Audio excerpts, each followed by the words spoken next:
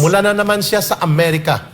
Pero pinuno ito, abogado din ito, international law practitioner, at naging malapit ito sa pamilya nila Lisa Araneta at Bongbong Marcos. And in fact, mabuting pinuno ng Filipino community ito sa Amerika. Makakasama natin ngayon sa panayam na ito at mahalagang sasabihin niya si Attorney Arnie Valera, International Law and Human Rights Practitioner, at ngayon po ay namumuno ng Filipino Migrant Global Heritage in America. Attorney Valera, welcome sa Pilipinas Nating Mahal.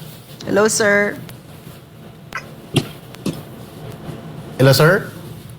Hello. Alright, magandang umaga ka Eric and Dr. Lorraine. Salamat muli sa imbitasyon, and of course napakahalaga ng pag-uusapan natin ngayon, and I'm pretty sure na excited ang mga manonood. Maraming nag-aabang ng ating talakayan ngayong gabi. Yes, sir. O umaga pala dyan. Opo, gabi para dyan sa inyo sa Washington, D.C. Sir, may tanong po ang sambayan ng Pilipino.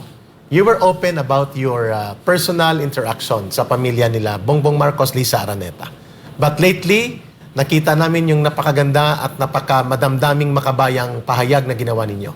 That you are breaking out from that personal relations and you are standing up for your patriotic duty and call of commitment to uphold good governance and to defend the interests of the Filipino people versus the current government. Tell us about this. Tama yun ka Eric, ano? Kasi alam mo, paano ba natin sasabihin yun? Minsan naramdaman mo na para kang nasa crossroads or nasa sangandaan ka, kumbaga, no?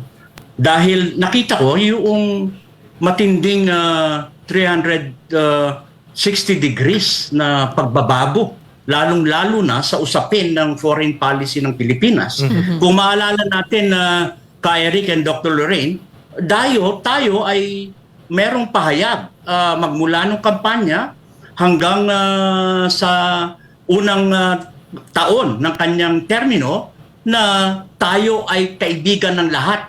Yes. At hanggat maaari ay walang kaaway. So ito yung Philippine Independent Policy na kung saan ay nakikita natin yung linaw ng pagdidefine ng ating national interest, na alam naman natin na ang pambansang interest ay kakaiba yan sa pambansang interest ng Amerika o ng China. So, nakita natin ito na bakit bumalikwas yan, bakit nagkaroon ng biglang pagbabaliktad na sa ngayon, lalong-lalo na dyan sa issue ng South China Sea at West Philippine Sea, imbis na tuhugin natin at pasukin yung usapin ng diplomasya at negosasyon, na yan naman yung espiritu ng arbitral ruling na nabasa natin yan, na more than almost 400 pages na yan, na bumalik tayo sa negotiation at diplomasya. Yeah. So ngayon, ang pagkakaiba ka Eric tsaka Dr. Lorraine ay lalong umiigting ang tensyon. And then makikita natin ngayon na sa kapuluan ay dumadami ang EDCA sites. And then at the same time, nabigla nga ako, nagitla ako nung isang araw na nabasa ko na meron pa yatang training, no, sa mga weapons of mass destruction. So bilang estudyante ng international security, bagamat ako'y isang professor sa Masters of Law program sa San Beda, hindi po ito ang dapat tahakin ng bansang Pilipinas.